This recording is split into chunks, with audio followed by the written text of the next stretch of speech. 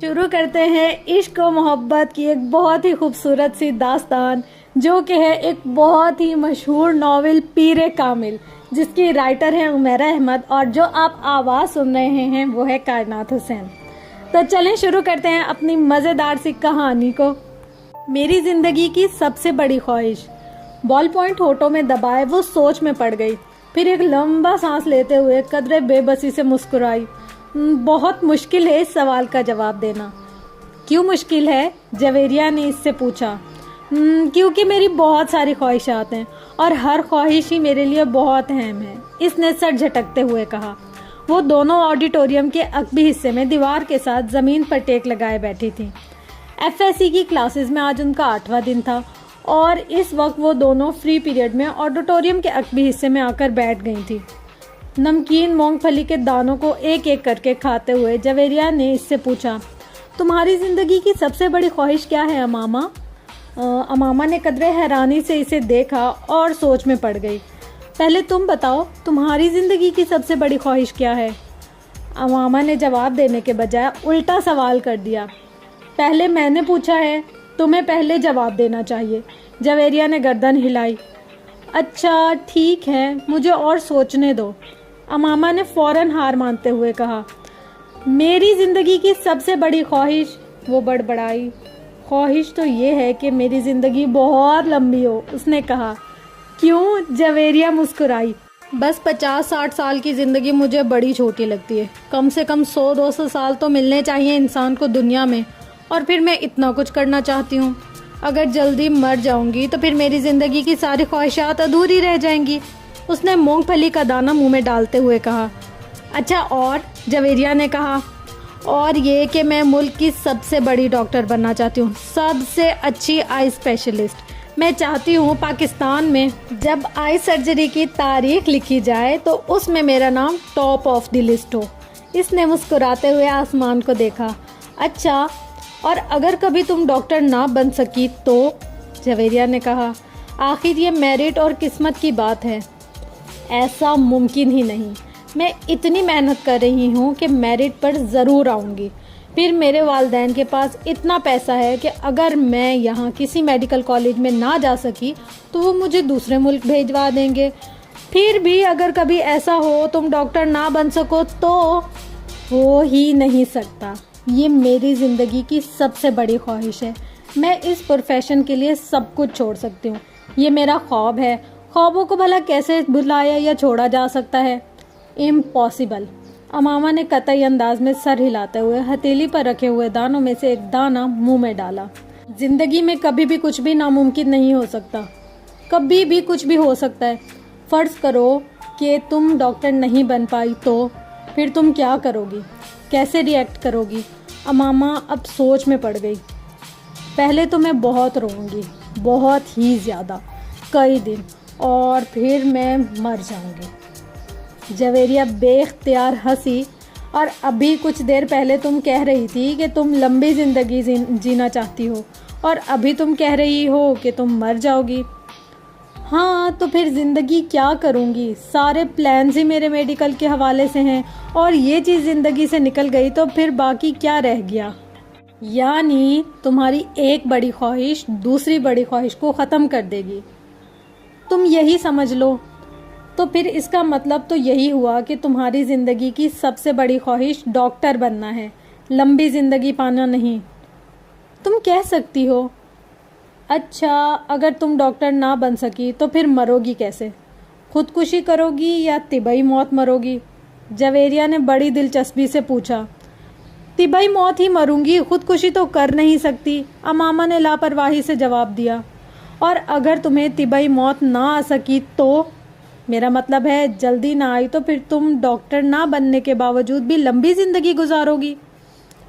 نہیں، مجھے پتا ہے اگر میں ڈاکٹر نہ بنی تو پھر بہت جلد مر جاؤں گی، مجھے اتنا دکھ ہوگا کہ میں تو زندہ رہ ہی نہیں سکوں گی، وہ یقین کے ساتھ بولی۔ تم جس قدر خوش مزاج ہو میں کبھی یقین ہی نہیں کر سکتی، تم کبھی اتنی دکھی ہو سکتی ہو کہ رو رو کر مر جاؤ، اور وہ بھی صرف اس لیے کہ تم ڈاکٹر نہیں بن سکی۔ لک فنی، جویریہ نے اس بار اس کا مذاق اڑانے والے انداز میں کہا۔ تم اب میری بات چھوڑو،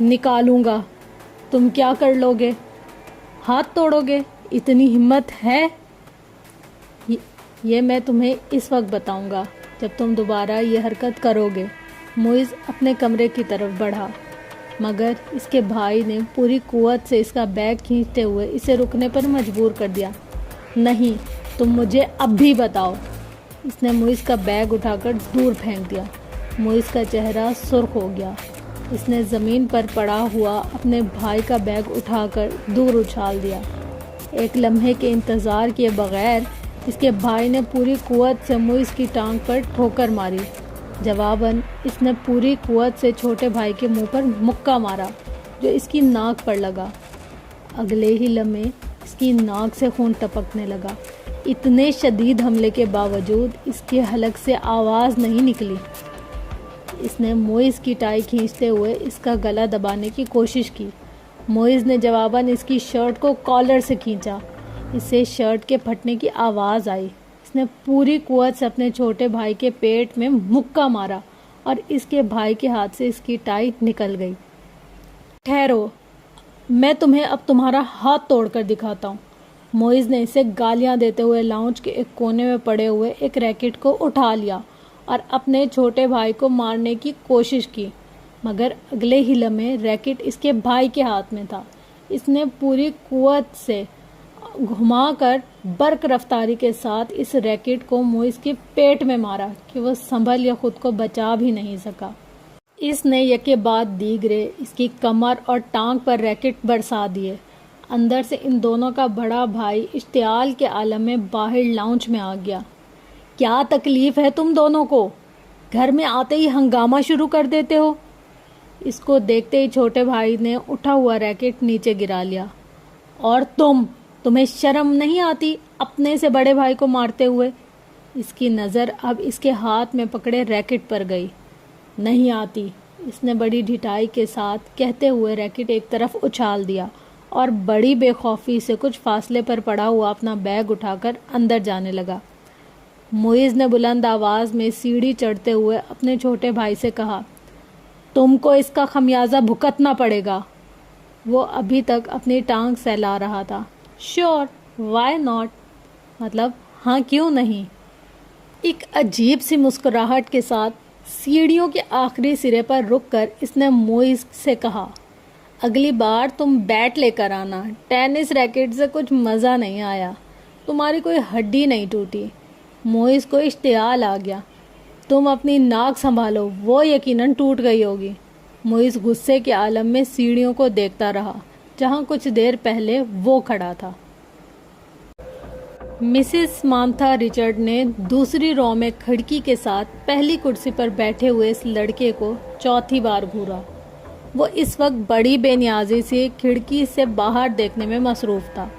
وقتاً فوقتاً وہ باہر نظریں ہٹاتا، ایک نظر مسز سمانتھا کو دیکھتا، اس کے بعد پھر اس طرح باہر جھانکنے لگتا. اسلام آباد کے ایک غیر ملکی اسکول میں وہ آج پہلے دن اس کلاس کی بیالوجی پڑھانے کے لیے آئی تھیں. وہ ایک ڈپلومیٹ کی بیوی تھیں اور کچھ دن پہلے ہی اسلام آباد اپنے شوہر کے ساتھ آئی تھیں.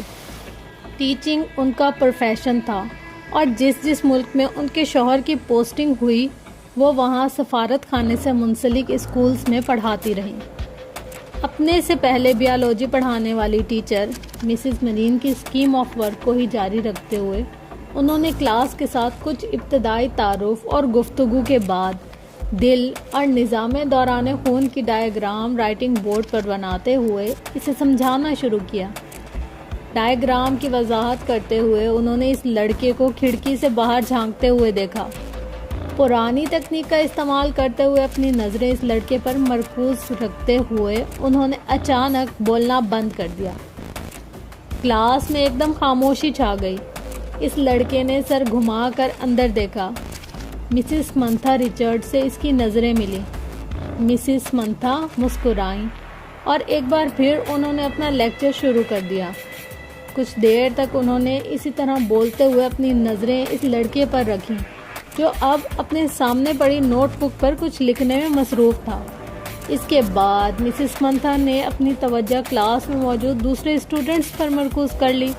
ان کا خیال تھا وہ خاصا شرمندہ ہو چکا ہے اور دوبارہ باہر نہیں دیکھے گا، مگر صرف 2 منٹ کے بعد انہوں نے اسے ایک بار پھر کھڑکی سے باہر متوجہ دیکھا۔ وہ ایک بار پھر بولتے بولتے خاموش ہو گئیں۔ بلا توقف اس لڑکے نے گردن موڑ کر پھر ان کی طرف دیکھا۔ اس بار مسز سمنتھا مسکرائی نہیں بلکہ قدر سنجیدگی سے اسے دیکھتے ہوئے ایک بار پھر اپنا لیکچر دینا شروع کر دیا۔ چند لمحے گزرنے کے بعد انہوں نے رائٹنگ بورڈ کو دیکھنے کے بعد دوبارہ اس لڑکے کو دیکھا تو وہ ایک بار پھر کھڑکی سے باہر دیکھنے میں مصروف تھا۔ اس بار غیر محسوس طور پر ان کے چہرے پر کچھ ناگواری نمودار ہوئی اور وہ کچھ جھنجھلاتے ہوئے خاموش ہوئی، اور ان کے خاموش ہوتے ہی اس لڑکے نے کھڑکی کے باہر سے اپنی نظریں ہٹا کر ان کی طرف دیکھا۔ اس بار اس لڑکی کے ماتھے پر بھی کچھ شکنیں تھیں۔ ایک نظر مسز سمنتھا کو ناگواری سے دیکھ کر وہ ایک بار پھر کھڑکی سے باہر دیکھنے لگا۔ اس کا انداز اس قدر توہین آمیز تھا، مسز سمنتھا ریچرڈ کا چہرہ سرخ ہو گیا۔ سالار، تم کیا دیکھ رہے ہو؟ انہوں نے سختی سے پوچھا۔ نتھنگ، ایک لفظی جواب آیا۔ وہ اب چپتی ہوئی نظروں سے انہیں دیکھ رہا تھا۔ تمہیں پتہ ہے میں کیا پڑھا رہی ہوں؟ ہوپ سو، اس نے اتنے روڈ انداز میں کہا کہ سمنتھا ریچرڈ نے یکدم ہاتھ میں پکڑا ہوا مار کر کیپ سے بند کر کے ٹیبل پر پھینک دیا۔ یہ بات ہے تو پھر یہاں آؤ اور یہ ڈائیگرام بنا کر اس کو لیبل کرو، انہوں نے اس فنچ کے ساتھ رائٹنگ بورڈ کو صاف کرتے ہوئے کہا۔ یکے بعد دیگرے لڑکے کے چہرے پر کئی رنگ آئے۔ انہوں نے کلاس میں بیٹھے ہوئے اسٹوڈنٹس کو آپس میں نظروں کا تبادلہ کرتے دیکھا۔ وہ لڑکا اب سرد نظروں کے ساتھ سمنتھا ریچرڈ کو دیکھ رہا تھا۔ جیسے ہی انہوں نے رائٹنگ بورڈ سے آخری نشان صاف کیا، وہ اپنی کرسی سے ایک جھٹکے کے ساتھ اٹھا۔ تیز قدموں کے ساتھ اس نے ٹیبل پر پڑا ہوا مارکر اٹھایا اور برق رفتاری کے ساتھ رائٹنگ بورڈ پر ڈائیگرام بنانے لگا۔ پورے 2 منٹ 57 سیکنڈ کے بعد اس نے مارکر پر کیپ لگا کر اسے میز پر اسی انداز میں اچھالا جس انداز میں سمنتھا ریچرڈ نے اچھالا تھا، اور سمنتھا کی طرف دیکھے بغیر اپنی کرسی پر آ کر بیٹھ گیا۔ مسز ریچرڈ نے اسے مارکر اچھالتے یا اپنی کرسی کی طرف جاتے نہیں دیکھا۔ وہ بے یقینی کے عالم میں رائٹنگ بورڈ پر 3 منٹ سے بھی کم عرصے میں بنائے جانے والی لیبل یا ڈائیگرام کو دیکھ رہی تھی، جسے بنانے میں انہوں نے 10 منٹ لیے تھے، اور وہ ان کی ڈائیگرام سے بھی زیادہ اچھی تھی۔ وہ کہیں بھی معمولی سی بھی غلطی نہیں ڈھونڈ سکی۔ کچھ خفیف سی ہوتے ہوئے انہوں نے گردن موڑ کر ایک بار پھر اس لڑکے کو دیکھا۔ وہ پھر کھڑکی سے باہر دیکھ رہا تھا۔ وسیم نے تیسری بار دروازے پر دستک دی۔ اس بار اندر سے امامہ کی آواز آئی۔ کون ہے؟ امامہ، میں ہوں، دروازہ کھولو، وسیم نے دروازے سے اپنا ہاتھ ہٹاتے ہوئے کہا۔ اندر خاموشی چھا گئی۔ کچھ دیر بعد دروازے کا لاک کھلنے کی آواز سنائی دی۔ وسیم نے دروازے کے ہینڈل کو گھما کر دروازہ کھول دیا۔ امامہ اس کی جانب پشت کیے اپنے بیڈ کی طرف بڑھ گئی۔ تمہیں اس وقت کیا کام آن پڑا ہے مجھ سے؟ آخر تم نے اتنی جلدی دروازہ کیوں بند کر لیا ہے؟ ابھی تو 10 بجے ہیں، وسیم کمرے میں داخل ہوتے ہوئے بولا۔ بس نیند آ رہی تھی مجھے، وہ بیڈ پر بیٹھ گئی۔ وسیم اس کا چہرہ دیکھ کر چونک گیا۔ تم رو رہی تھی؟ بے اختیار اس کے منہ سے نکلا۔ امامہ کی آنکھیں سرخ اور سوجی ہوئی تھی۔ وہ اس سے نظریں چرانے کی کوشش کر رہی تھی۔ نہیں رو رہی تھی، بس سر میں کچھ درد ہو رہا تھا۔ امامہ نے مسکرانے کی کوشش کی۔ وسیم نے اس کے پاس بیٹھتے ہوئے اس کا ہاتھ پکڑ کر ٹیمپریچر چیک کرنے کی کوشش کی۔ کہیں بخار تو نہیں ہے؟ اس نے کچھ تشویش بھرے انداز میں کہا اور پھر ہاتھ چھوڑ دیا۔ بخار تو نہیں ہے، پھر تم کوئی ٹیبلٹ لے لیتی۔ میں لے چکی ہوں۔ اچھا تم سو جاؤ، میں باتیں کرنے آیا تھا، مگر اب اس حالت میں کیا باتیں کروں گا تم سے، وسیم نے قدم باہر کی طرف بڑھاتے ہوئے کہا۔ امامہ نے اسے روکنے کی کوشش نہیں کی۔ وہ خود بھی اٹھ کر اس کے پیچھے گئی اور وسیم کے باہر نکلتے ہی اس نے دروازے کو پھر سے لاک کر لیا۔ بیڈ پر اوندھے منہ لیٹ کر اس نے تکیے میں منہ چھپا لیا۔ وہ ایک بار پھر ہچکیوں کے ساتھ رونے لگی۔ 13 سال کا وہ لڑکا اس وقت ٹی وی پر میوزک شو دیکھنے میں مصروف تھا۔ جب طیبہ نے اندر جھانکا، بے یقینی سے انہوں نے اپنے بیٹے کو دیکھا اور پھر کچھ ناراضی کے عالم میں اندر آئیں۔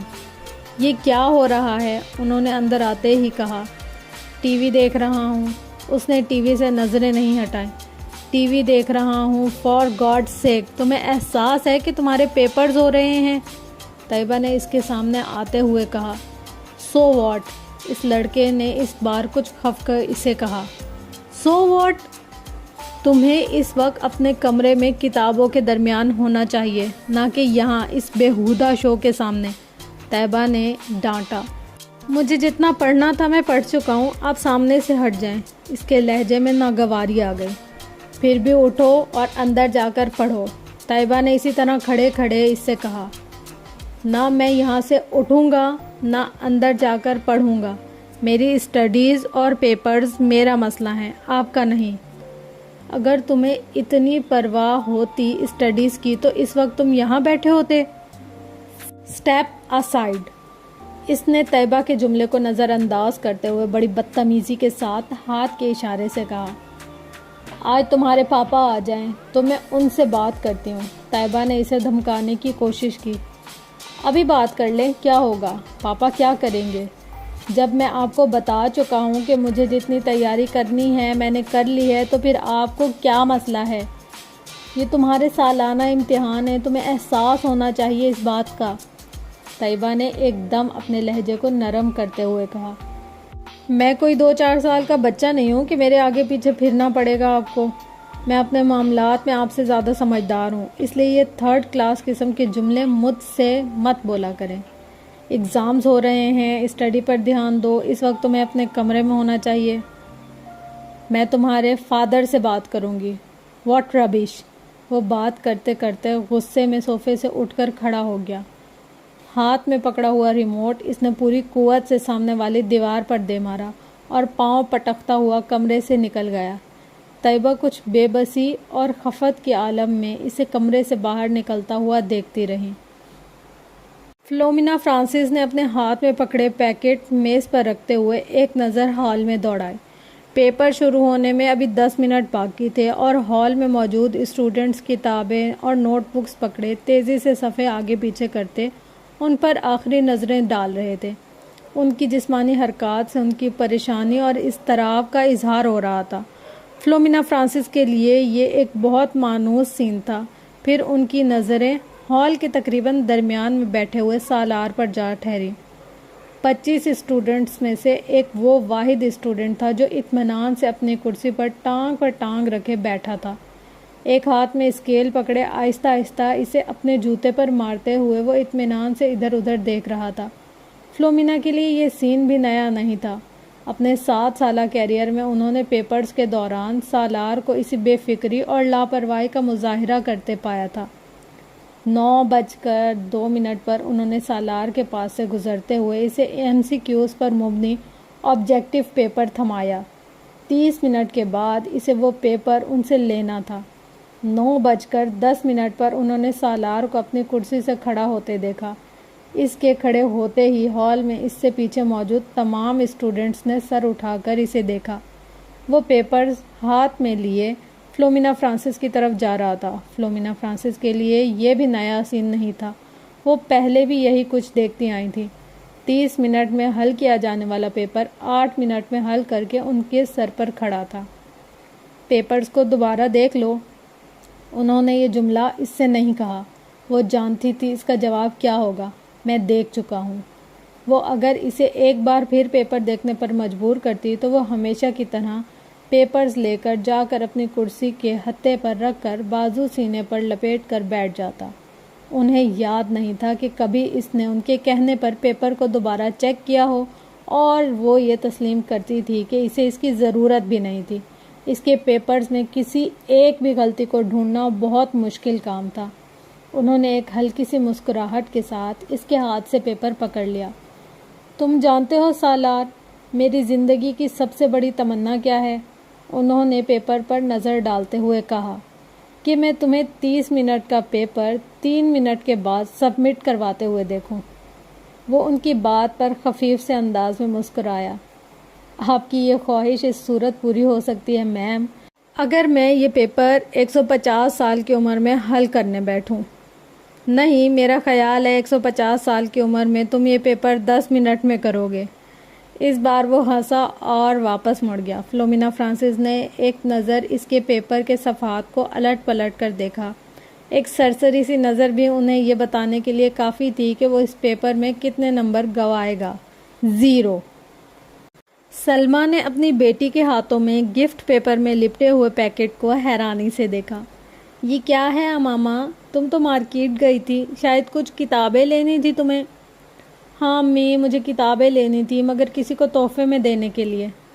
کس کو تحفہ دینا ہے؟ وہ لاہور میں ایک دوست ہے میری، اس کی سالگرہ ہے، اس کے لیے خریدا ہے، کوریئر سروس کے ذریعے بھجوا دوں گی کیونکہ مجھے تو ابھی یہاں رہنا ہے۔ لاؤ پھر مجھے دے دو یہ پیکٹ، میں وسیم کو دوں گی، وہ بھجوا دے گا۔ نہیں امی، میں ابھی نہیں بھجواؤں گی، ابھی اس کی سالگرہ کی تاریخ نہیں آئی۔ سلمیٰ کو لگا جیسے وہ ایک دم گھبرا گئی ہو۔ انہیں حیرانی ہوئی، کیا یہ گھبرانے والی بات تھی؟ 3 سال پہلے امامہ کی وجہ سے انہیں بہت زیادہ پریشانی کا سامنا کرنا پڑا تھا، انہیں اور ان کے شوہر ہاشم کو۔ وہ تب اپنی بیٹی کے بارے میں بہت فکر مند تھی اور ہاشم ان سے زیادہ، مگر پچھلے 3 سال میں سب کچھ ٹھیک ہو گیا تھا۔ وہ دونوں اب اس کی طرف سے مکمل طور پر مطمئن تھے، خاص طور پر اسجد سے ان کی نسبت طے کر کے۔ وہ جانتی تھی امامہ اسجد کو پسند کرتی ہے، اور صرف وہی نہیں، اسجد کو کوئی بھی پسند کر سکتا تھا، وہ ہر لحاظ سے ایک اچھا لڑکا تھا۔ وہ یہ بھی جانتی تھی کہ وہ اسجد سے نسبت طے ہونے پر بہت خوش ہوئی تھی۔ اسجد اور اس کے درمیان پہلے بہت خاصی دوستی اور بے تکلفی تھی، مگر بعض دفعہ انہیں لگتا تھا جیسے وہ وقت گزرنے کے ساتھ ساتھ بہت چپ ہوتی جا رہی ہیں۔ وہ پہلے ایسی نہیں تھی، مگر اب وہ اسکول جانے والی بچی بھی تو نہیں رہی، میڈیکل کالج کی اسٹوڈنٹ ہیں، پھر وقت بھی کہاں ہوتا ہے اس کے پاس۔ سلمیٰ ہمیشہ خود کو تسلی دے لیتی، وہ ان کی سب سے چھوٹی بیٹی تھی، بڑی دونوں بیٹیوں کی وہ شادی کر چکی تھی، ایک بیٹے کی بھی شادی ہو چکی تھی، جبکہ 2 بیٹے اور امامہ غیر شادی شدہ تھے۔ اچھا ہی ہے، یہ سنجیدہ ہو جاتی ہے، لڑکیوں کے لیے سنجیدگی اچھی ہوتی ہے، انہیں جتنی جلدی اپنی ذمہ داریوں کا احساس ہو جائے اتنا ہی اچھا ہے۔ سلمیٰ نے ایک گہرا سانس لیتے ہوئے امامہ سے نظریں ہٹا لیں۔ وہ چھٹیوں میں گھر آئی تھی اور جتنے دن وہ ان کے یہاں رہتی تھی ان کی نظریں اسی پر مرکوز رہتی تھیں۔ پتہ نہیں یہ ساجد کہاں رہ گیا ہے، جو بھی کام اس کے ذمہ لگا وہ بھول ہی جائے۔ انہیں اچانک اپنے ملازم کا خیال آیا جس کے پیچھے وہ لاؤنج میں آئی تھی۔ وہ بڑبڑاتے ہوئے لاؤنج سے نکل گئیں۔ یہ نیو ایئر نائٹ تھی، نیا سال شروع ہونے میں 30 منٹ باقی تھے۔ 10 لڑکوں پر مشتمل 14-15 سال کے لڑکوں کا وہ گروپ پچھلے 2 گھنٹے سے اپنے اپنے موٹر سائیکلز پر شہر کی مختلف سڑکوں پر اپنے کرتب دکھانے میں مصروف تھا۔ ان میں سے چند نے اپنے ماتھے پر چمکدار بینڈ باندھے ہوئے تھے جن پر نئے سال کے حوالے سے مختلف پیغامات درج تھے۔ وہ لوگ 1 گھنٹہ پہلے پوش علاقے کی ایک بڑی سپر مارکیٹ میں موجود تھے اور وہاں وہ مختلف لڑکوں پر آوازیں کستے رہے۔ اپنی بائک پر سوار اب مختلف چکر لگا رہے تھے، ان کے پاس فائر کریکرز موجود تھے جنہیں وہ وقتاً فوقتاً چلا رہے تھے۔ 11:15 پر وہ جم خانے کے باہر موجود تھے جہاں پارکنگ لاٹ گاڑیوں سے بھر چکا تھا۔ یہ گاڑیاں ان لوگوں کی تھی جو جم خانے میں نئے سال کے سلسلے میں ہونے والی ایک پارٹی میں آئے تھے۔ ان لڑکوں کے پاس بھی اس پارٹی کے دعوتی کارڈ موجود تھے کیونکہ ان میں سے تقریباً تمام کے والدین جم خانہ کے ممبر تھے۔ وہ لڑکے اندر پہنچے تو 11:55 پر ہو رہے چند منٹوں کے بعد ڈانس فلور سمیت تمام جگہوں کی لائٹ آف ہو جانی تھی، اور اس کے بعد باہر لان میں آتش بازی کا ایک مظاہرے کے ساتھ نیا سال شروع ہونے پر لائٹس آن ہونا تھی، اور اس کے بعد تقریباً تمام رات وہاں رقص کے ساتھ ساتھ شراب پی جاتی، جس کا اہتمام نئے سال کی اس تقریب کے لیے جم خانہ کی انتظامیہ خاص طور پر کرتی تھی۔ لائٹس آف ہوتے ہی وہاں ایک طوفان بدتمیزی کا آغاز ہو جاتا تھا اور وہاں موجود لوگ اسی طوفان بدتمیزی کے لیے وہاں آئے تھے۔ 15 سالہ وہ لڑکا بھی 10 لڑکوں کے اس گروپ کے ساتھ آنے کے بعد اس وقت ڈانس فلور پر راک بیٹ پر ڈانس کر رہا تھا۔ ڈانس میں اس کی مہارت قابل دید تھی۔ 12 بجنے میں 10 سیکنڈ رہ جانے پر لائٹس آف ہو گئیں اور ٹھیک 12 بجے لائٹس یکدم دوبارہ آن کر دی گئیں۔ اندھیرے کے بعد سیکنڈز گننے والوں کی آوازیں اب شور اور خوشی کے قہقہوں اور چیخوں میں بدل گئیں۔ چند سیکنڈ پہلے تھم جانے والا میوزک ایک بار پھر بجایا جانے لگا۔ وہ لڑکا اب اپنے دوستوں کے ساتھ باہر پارکنگ میں آ گیا، جہاں بہت سے لڑکے اپنی اپنی گاڑیوں کے ہارن بجا رہے تھے۔ انہی لڑکوں کے ساتھ بیئر کے کین پکڑے وہ وہاں موجود ایک گاڑی کی چھت پر چڑھ گیا۔ اس لڑکے نے گاڑی کی چھت پر کھڑے کھڑے اپنی جیکٹ کی جیب سے بیئر کا ایک بھرا ہوا کین نکالا اور پوری قوت سے کچھ فاصلے پر کھڑی ایک گاڑی کی ونڈو اسکرین پر دے مارا۔ ایک دھماکے کے ساتھ گاڑی کی ونڈو اسکرین چور چور ہو گئی۔ وہ لڑکا اطمینان کے ساتھ اپنے بائیں ہاتھ میں پکڑا کین پیتا رہا۔ وہ پچھلے آدھے گھنٹے سے کامران کو ویڈیو گیم کھیلتے ہوئے دیکھ رہا تھا۔ اسکرین پر موجود اسکور میں کوئی خاص اضافہ نہیں ہو رہا تھا۔ شاید اس کی وجہ وہ مشکل ٹریک تھا جس پر کامران کو گاڑی ڈرائیو کرنی تھی۔ سالار لاؤنج کے صوفے میں سے ایک صوفے پر بیٹھا اپنی نوٹ بک پر کچھ لکھنے میں مصروف تھا، مگر وقتاً فوقتاً نظریں اٹھا کر ٹی وی اسکرین کو بھی دیکھ رہا تھا، جہاں کامران اپنی جدوجہد میں مصروف تھا۔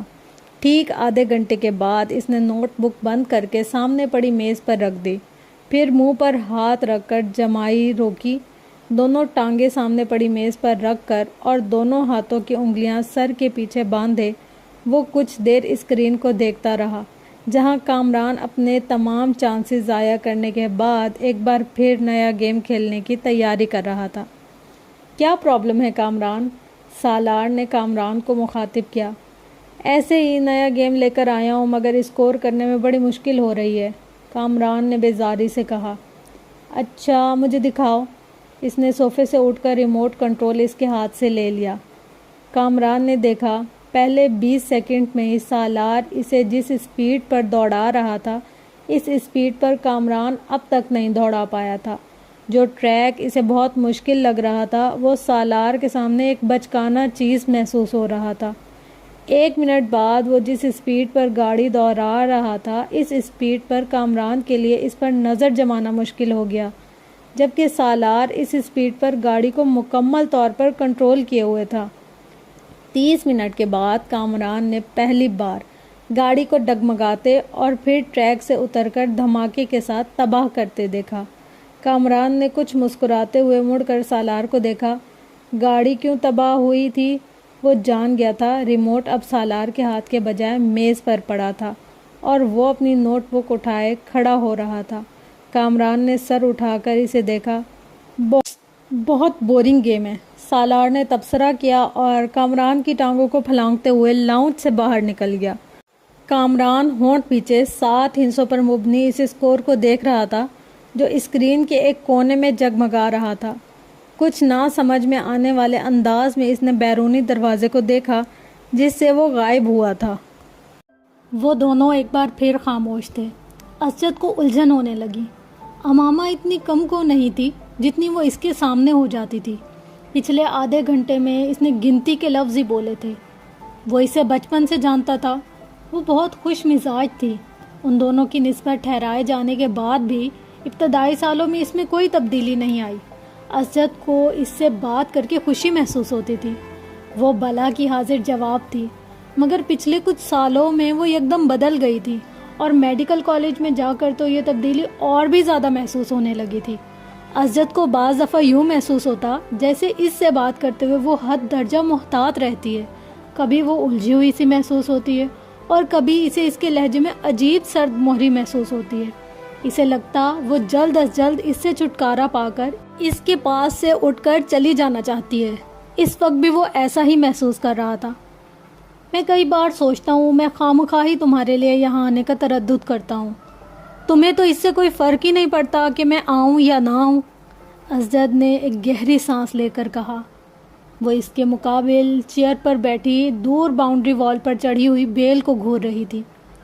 اسجد کی شکایت پر اس نے گردن ہلائے بغیر اپنی نظریں بیل سے ہٹا کر اسجد پر مرکوز کر دیں۔ اسجد نے سوالیہ نظروں سے اسے دیکھا، مگر وہ خاموش رہی تو اس نے لفظوں میں کچھ رد و بدل کے ساتھ اپنا سوال دہرایا۔ تمہیں میرے آنے سے کوئی فرق نہیں پڑے گا ماما؟ کیوں، ٹھیک کہہ رہا ہوں نا میں؟ اب میں کیا کہہ سکتی ہوں اس پر؟ تم کم از کم انکار تو کر سکتی ہو، میری بات کو جھٹلا سکتی ہو۔ ایسی بات نہیں کہ میں غلط سوچ رہا ہوں، اور ایسی بات ہے آپ غلط سوچ رہے ہیں، امامہ نے اس کی بات کاٹ کر کہا۔ اس کا لہجہ اب بھی اتنا ہی ٹھنڈا اور چہرہ اتنا ہی بے اثر تھا جتنا پہلے تھا۔ اسجد ایک ٹھنڈی سانس لے کر رہ گیا۔ ہاں، میری دعا اور خواہش تو یہی ہے کہ ایسا نہ ہو، اور میں واقعی غلط سوچ رہا ہوں، مگر تم سے بات کرتے ہوئے میں ہر بار ایسا ہی محسوس کرتا ہوں۔ کس بات سے آپ ایسا محسوس کرتے ہیں؟ اس بار پہلی بار اسجد کو آواز میں کچھ ناراضگی جھلکتی ہوئی محسوس ہوئی۔ بہت سی باتوں سے۔ تم میری کسی بات کا ڈھنگ سے جواب ہی نہیں دیتی، حالانکہ میں آپ کی ہر بات کا ڈھنگ سے جواب دینے کی بھرپور کوشش کرتی ہوں، لیکن اب اگر آپ کو میرے جواب پسند نہ آئے تو میں کیا کر سکتی ہوں؟ اسجد کو اس بار بات کرتے ہوئے وہ کچھ مزید خفا محسوس ہوئی۔ میں نے یہ کب کہا مجھے تمہارے جواب پسند نہیں آئے؟ میں تو صرف یہ کہہ رہا ہوں کہ میری ہر بات کے جواب میں تمہارے پاس ہاں اور نہیں کے علاوہ کچھ نہیں ہوتا۔ بعض دفعہ تو مجھے لگتا ہے میں اپنے آپ سے باتیں کر رہا ہوں۔ اگر آپ مجھ سے یہ پوچھیں گے کہ تم ٹھیک ہو تو میں اس کا جواب ہاں یا نہ میں ہی دوں گی نا۔ ہاں اور نہ کے علاوہ اس سوال کا جواب کسی تقریر سے دیا جا سکتا ہے تو آپ مجھے دے دیں، میں کر دوں گی۔ وہ بالکل سنجیدہ تھی۔ ہاں اور نہیں کے ساتھ بھی کچھ کہا جا سکتا ہے، اور کچھ نہیں تم جواباً میرا حال ہی پوچھ سکتی ہو۔ میں آپ کا حال پوچھوں؟ ظاہر ہے آپ اگر میرے گھر آئے ہیں، میرے سامنے بیٹھے مجھ سے باتیں کر رہے ہیں تو اس کا واضح مطلب تو یہی ہے آپ ٹھیک ہیں، ورنہ آپ اس وقت اپنے گھر میں بستر میں پڑے ہوتے۔ یہ فارمیلٹیز ہوتی ہیں ماما۔ ارے آپ جانتے نہیں میں فارمیلٹیز پر یقین نہیں رکھتی۔ آپ بھی مجھ سے میرا حال نہ پوچھا کریں، میں بالکل مائنڈ نہیں کروں گی۔ اسجد جیسے لاجواب ہو گیا۔ ٹھیک ہے، فارمیلٹیز کو چھوڑو، بندہ کوئی اور بات ہی کر لیتا ہے، کچھ ڈسکس کر لیتا ہے، اپنی مصروفیات کے بارے میں ہی کچھ بتا دیتا ہے۔ اسجد میں آپ سے کیا ڈسکس کروں؟ آپ بزنس کرتے ہیں، میں میڈیکل کی اسٹوڈنٹ ہوں، آپ سے میں کیا پوچھوں؟ اسٹاک مارکیٹ کی پوزیشن، ٹرینڈ بلش تھا یا بیرش، انڈیکس میں کتنے پوائنٹس کا اضافہ ہوا، یا اگلی کنسائنمنٹ کہاں بھیج رہے ہیں، اس بار گورنمنٹ نے آپ کو کتنی ریبیٹ دی ہے؟ اس کا لہجہ اب بھی اتنا ہی سرد تھا۔ یا آپ سے اناٹمی ڈسکس کروں، کون سے عوامل انسان کے جگر کو متاثر کر سکتے ہیں، بائی پاس سرجری میں اس سال کون سی نئی ٹیکنیکس استعمال کی گئی ہیں، دل کی دھڑکن بحال کرنے کے لیے کتنے سے کتنے وولٹ کا الیکٹرک شاک دیا جاتا ہے۔ تو ہم دونوں کی مصروفیات تو یہ ہیں، اب ان کے بارے میں ڈسکشن سے آپ اور میں محبت اور بے تکلفی کی کون سی نئی منزلیں طے کریں گے، وہ میری سمجھ سے باہر ہے۔ اسجد کا چہرہ سرخ ہو گیا۔ اب وہ اس لمحے کو کوس رہا تھا جب اس نے امامہ سے شکایت کی تھی۔ اور بھی تو مصروفیات ہوتی ہیں انسان کی، اسجد نے قدرے کمزور لہجے میں کہا۔ نہیں، پڑھائی کے علاوہ میری تو کوئی مصروفیات نہیں ہیں، امامہ نے قطعیت سے سر ہلاتے ہوئے کہا۔ پہلے بھی تو ہم دونوں آپس میں بہت ساری باتیں کرتے تھے، امامہ نے اس کی بات کاٹ دی۔ پہلے کی بات چھوڑیں، اب میں وقت ضائع کرنا افورڈ نہیں کر سکتی۔ حیرت مجھے آپ پر ہو رہی ہے، آپ بزنس مین ہو کر اتنی امیچور سوچ رکھتے ہیں، آپ کو تو خود بہت پریکٹیکل ہونا چاہیے۔ اسجد کچھ بول نہ سکا۔ ہم دونوں کے درمیان جو رشتہ ہے وہ ہم دونوں جانتے ہیں، اب اگر آپ میری پریکٹیکل اپروچ کو بے التفاتی بے نیازی سمجھیں گے تو میں کیا کر سکتی ہوں؟ میں آپ کے ساتھ یہاں بیٹھی ہوں تو اس بات کا مطلب یہی ہے کہ میں اس رشتے کو اہمیت دیتی ہوں، ورنہ کوئی اجنبی تو اس طرح میرے ساتھ یہاں بیٹھ کر چائے نہیں پی سکتا۔ وہ ایک لمحے کے لیے رکی، اور جہاں تک اس بات کا تعلق ہے آپ کے آنے یا نہ آنے سے مجھے کوئی فرق پڑے گا یا نہیں، حقیقت یہ ہے کہ ہم دونوں بہت مصروف رہتے ہیں۔ ہم ماڈرن ایج کی پیداوار ہیں، نہ میں کوئی ہیر ہوں نہ آپ رانجھے کے قبیلے سے تعلق رکھتے ہیں کہ میرے لیے گھنٹوں یہ فریضہ سر انجام دیں۔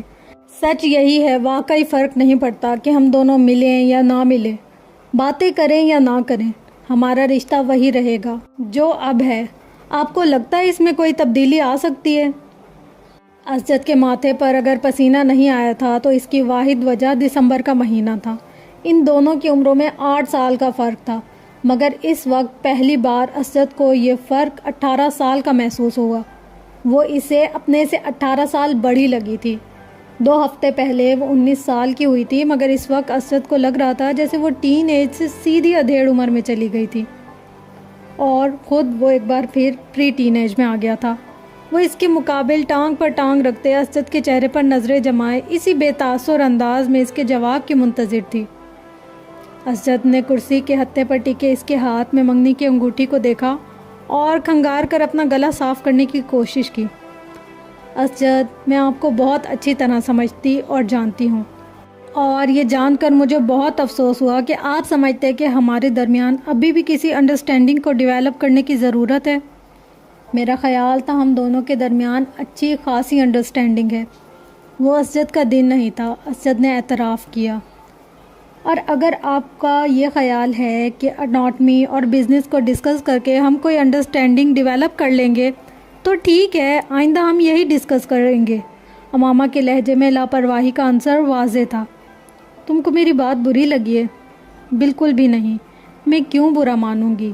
اس کے لہجے میں موجود حیرت کے عنصر نے اسجد کو مزید شرمندہ کر دیا۔ شاید میں نے غلط بات کی ہے، شاید نہیں، یقیناً۔ اس نے تینوں لفظوں پر باری باری زور دیتے ہوئے کہا۔ تم جانتی ہو میرے نزدیک یہ رشتہ کتنی اہمیت کا حامل ہے۔ میرے بہت سے خواب ہیں اس رشتے کے حوالے سے، تمہارے حوالے سے۔ اسجد نے ایک گہرا سانس لے کر کہا۔ امامہ بے تاثر چہرے کے ساتھ اسی بیل کو دیکھ رہی تھی۔ شاید اس لیے میں ضرورت سے زیادہ حساس ہوں۔ مجھے اس رشتے کے حوالے سے کوئی خوف نہیں ہے۔ میں جانتا ہوں یہ رشتہ ہم دونوں کی مرضی سے ہوا ہے۔ وہ اس کے چہرے پر نظر جمائے بڑے جذبے سے کہہ رہا تھا، اور یکدم ہی اسے ایک بار پھر احساس ہونے لگا جیسے وہ وہاں موجود نہیں تھی، اس کی بات نہیں سن رہی تھی۔ اسجد کو لگا وہ ایک بار پھر خود سے باتیں کر رہا ہے۔